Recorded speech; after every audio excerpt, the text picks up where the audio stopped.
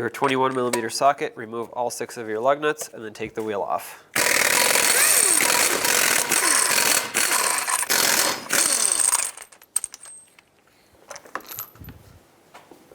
I'm going to remove this nut first, but the sway bar link stud is most likely going to spin. So what I want to do is grab it with some locking pliers, hang on to it, and then remove this nut, 17mm. Perfect. And now unlock your pliers, pull it out. Now with the 21mm, remove this nut. Yours might be a 19. This is not the original tie rod. And now to get this to break free from here, don't hammer on the stud because that'll ruin the threads. Hammer on the knuckle right here. And most of the time that'll break it free. I'm going to put the nut back on just so I don't confuse it with a different one. I'm going to remove the cotter pin for the lower ball joint now. And take this nut off. With a 24mm socket, remove this bottom nut here, and the reason I'm removing this one first as opposed to these 2 bolts is because if I have these out and then I go to take this one off, there's a possibility of this just spinning, so I'm going to take this off first. Alright, and then now I'm going to switch to my 19mm socket and remove these 2 bolts.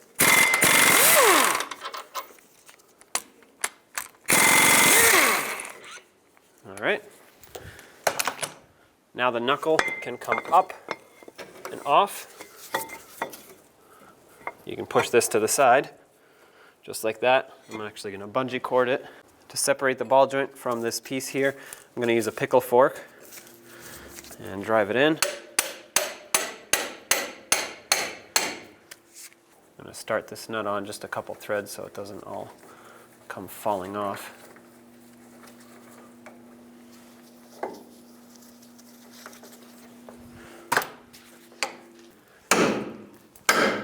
There we go. That popped off. Now you can remove the nut and remove this adapter plate, which you do need, so obviously don't throw this away. To remove this ball joint boot, I'm going to use a screwdriver and a little hammer and just hammer the screwdriver in here and drive this down.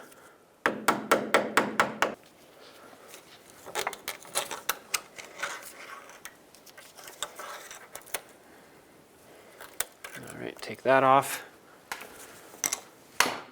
and once that comes off, you can hopefully just remove the boot or break it. This one's very brittle. So if you see this ring right here that ends here and then starts again here, this is actually a snap ring, and that needs to be removed. And it's extremely rusty, so what I'm going to do is I'll try to use a little pry bar or screwdriver and basically hammer at it this way and hopefully break it free so that we can then spread it and remove it to drive the ball joint out. Okay, as you can see, this side broke free. I'm going to spray it a little bit with some rust penetrant. Put a screwdriver in, hammer it in here. If I twist it, it'll hopefully want to bring the snap ring up and over. Kind of like that. And now I can take my little pry bar and try to pry out the rest of it.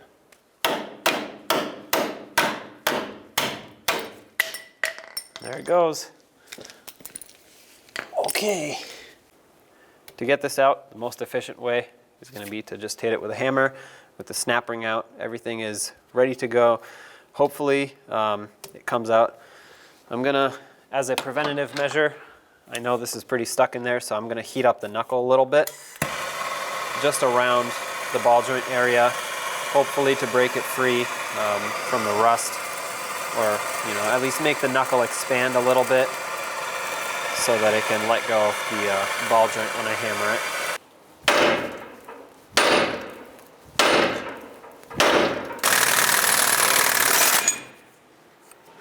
So I ended up using the ball joint press with a cup down here and a little adapter plate. Drove the ball joint right out.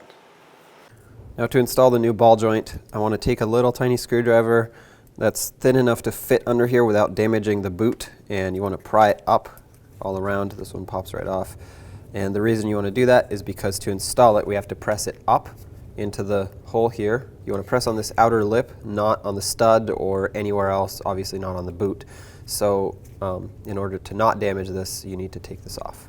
So I have this area cleaned out a little bit. I just took a rag to it. It wasn't super dirty. Now I'm going to take my ball joint, put it up from underneath with a cup that fits right on this outer lip here. Like I said, you don't want to press on anything else. And up here, I'm going to use this little tiny one just as a receiving cup. I'm going to take my tool, slide it over this bottom adapter cup, and thread it on. Make sure things are centered so that it doesn't press the ball joint into itself. And now with my socket and air gun, I'm going to go ahead and drive this up.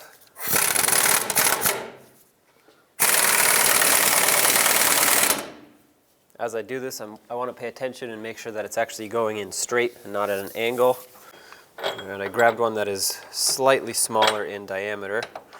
Hopefully that fits better.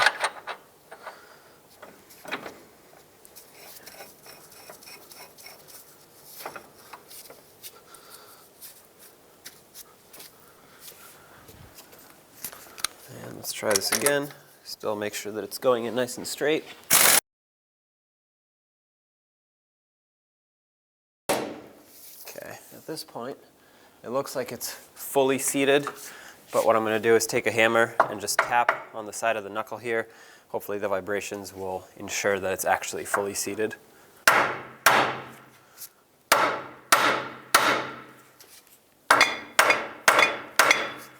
Okay, now release your tool.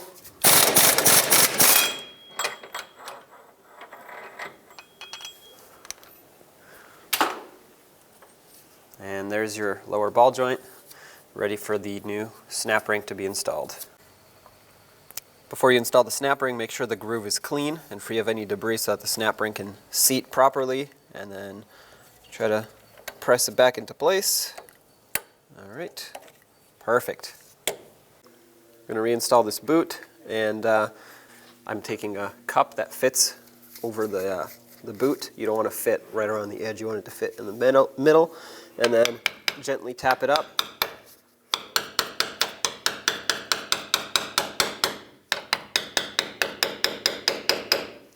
You want to seat the boot all the way up. I'm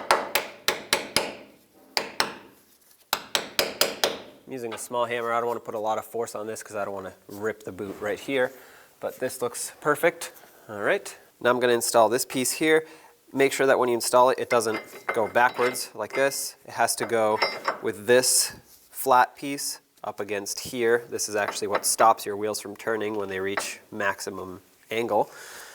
Next, take your Newcastle nut and start it on. Snug it up. Whoa. Okay, I'm not going to torque it yet because, as you can see, this is all floppy, so I'm going to wait to put the knuckle on, and then I'm going to torque this and these two at the same time.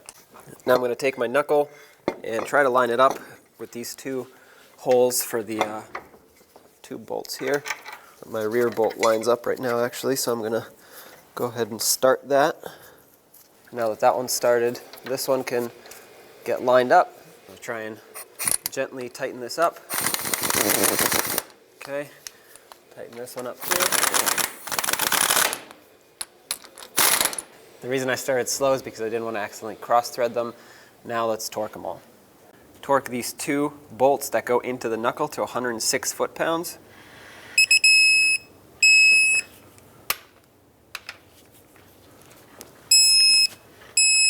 All right, and then torque this one to 166 foot-pounds. Okay, now if your slot for the cotter pin does not line up, looks like mine does not, you want to tighten it to get to the next slot and not loosen. All right, right there it lines up perfectly. Let's get the cotter pin. Okay, put it in and bend it over to lock it. Perfect. Now I'm going to reinstall the tie rod end. Put the nut back on to bottom it out. Now let's torque it to 67 foot-pounds. Okay, right there. I'm going to go a little bit more so that the cotter pin slot lines up. Perfect. All right, put your cotter pin back in.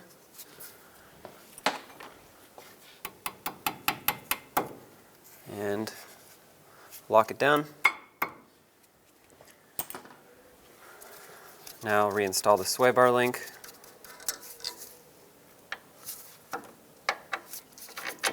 Drive it through the knuckle. Okay, bottom this out. And now let's torque that to 52 foot-pounds.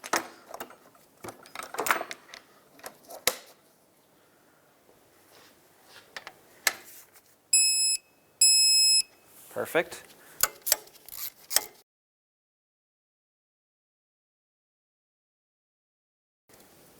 Make that nice and snug. And then last thing is this clip. Make sure that clips in. And now let's get the wheel back on.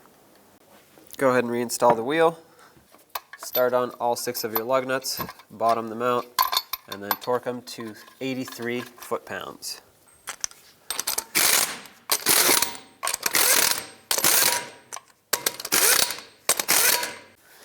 83 foot-pounds.